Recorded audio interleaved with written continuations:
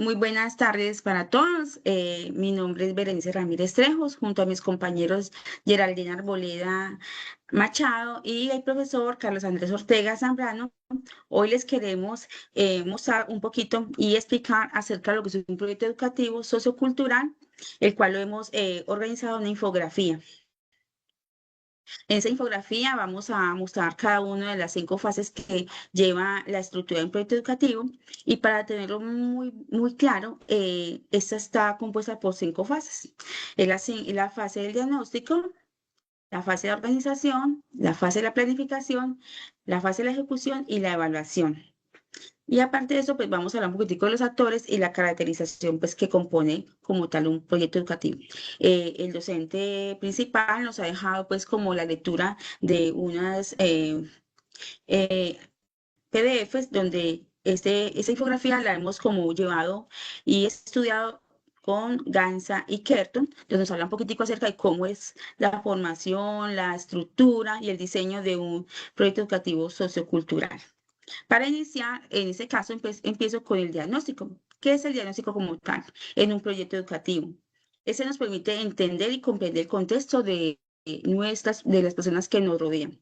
Para hacer un diagnóstico, pues tenemos que tener unas herramientas muy básicas, por ejemplo, como hacer unas entrevistas, unas encuestas, unas observaciones directas para entender cuál es la problemática dentro de la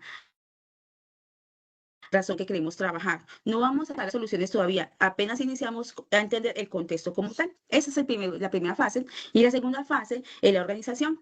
Después de entender y tener claro cuál es la pregunta problema de nuestro proyecto educativo, pues vamos a empezar a organizarnos los actores que vamos a empezar a desarrollar este proyecto educativo. Bueno, ya mi compañera Geraldine continúa con la siguiente fase. Bueno, pasamos entonces a la fase 3, que es la planificación.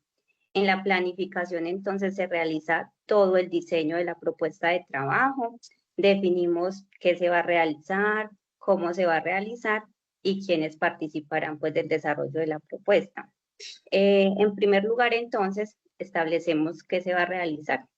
Para ello, entonces, identificamos el tema de investigación, el problema que vamos a abordar durante la investigación, las actividades necesarias para recolectar la información. Allí, entonces, podemos utilizar el tema de encuestas, entrevistas, observación. Posterior a ello, pasamos entonces a definir cómo se desarrollará el proyecto.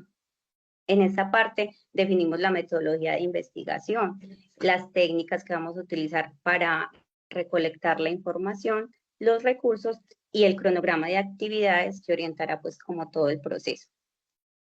Posterior a ello, determinamos quiénes van a participar de todo el proceso de investigación, o sea, los grupos de trabajo o personas, dependiendo pues del contexto en el que vamos a desarrollar la propuesta, ya sea entonces estudiantes, docentes, padres de familia, directivos. Dentro de esta fase también es muy importante que tengamos en cuenta el enfoque de investigación, ya que desde allí se analiza pues como la propuesta y se desarrollan todas las actividades pertinentes del proyecto. Luego pasamos a la fase número 4, que es la implementación o ejecución del proyecto, donde se llevan a cabo todas las estrategias y actividades para cumplir con los objetivos propuestos. Le doy paso entonces a mi compañero. Gracias, compañero. Buenas tardes. Ya abordando los primeros 4 fases, llegamos a la fase final, la cual la denominamos la evaluación, ¿no? Y aquí partimos de presentar y permitirnos realizar la evaluación y la planificación, tomando en cuenta si de verdadmente se cumplieron esos objetivos, ¿sí?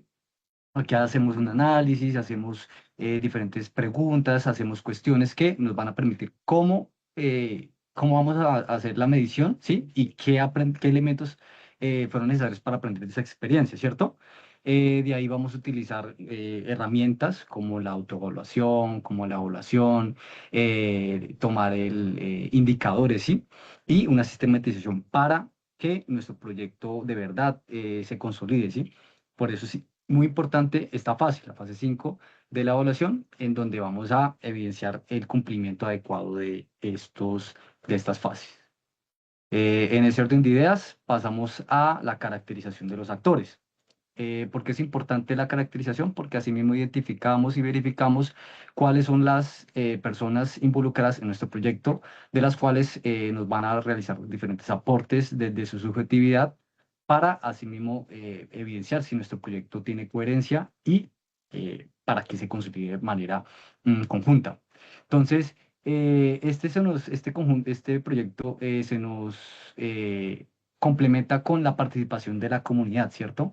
De actores educativos, no solamente los estudiantes, ¿sí? Tomamos en cuenta las perspectivas y historias de vida de los docentes, ¿sí?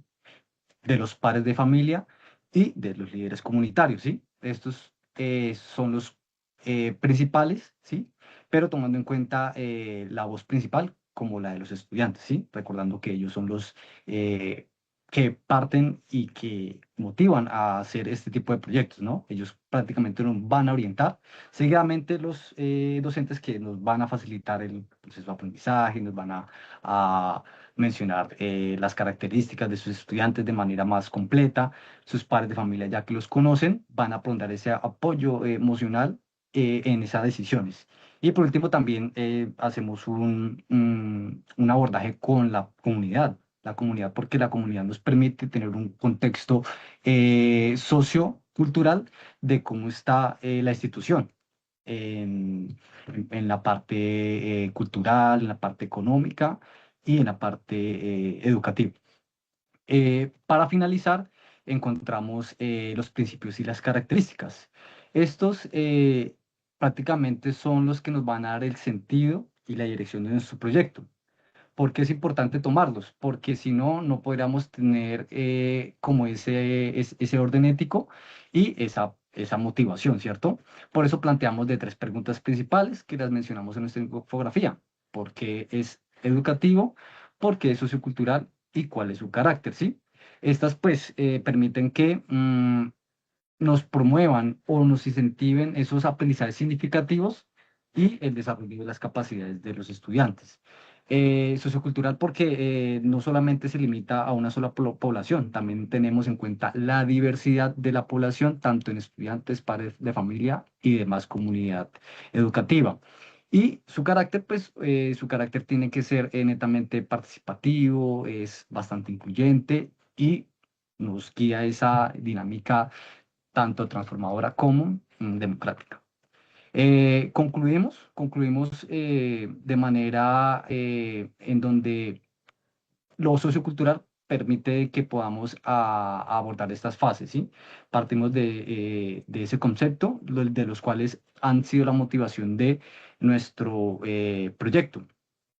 De manera personal, invito a la profe Bere para que realice su conclusión de manera personal. Sí, gracias, mi profe. Realmente en el desarrollo de esa infografía sí nos permitió entender bien lo que es realmente un proyecto educativo. No se enfoca solamente en una sola situación, sino en la forma de poder explorar e investigar todo lo que se va a realizar.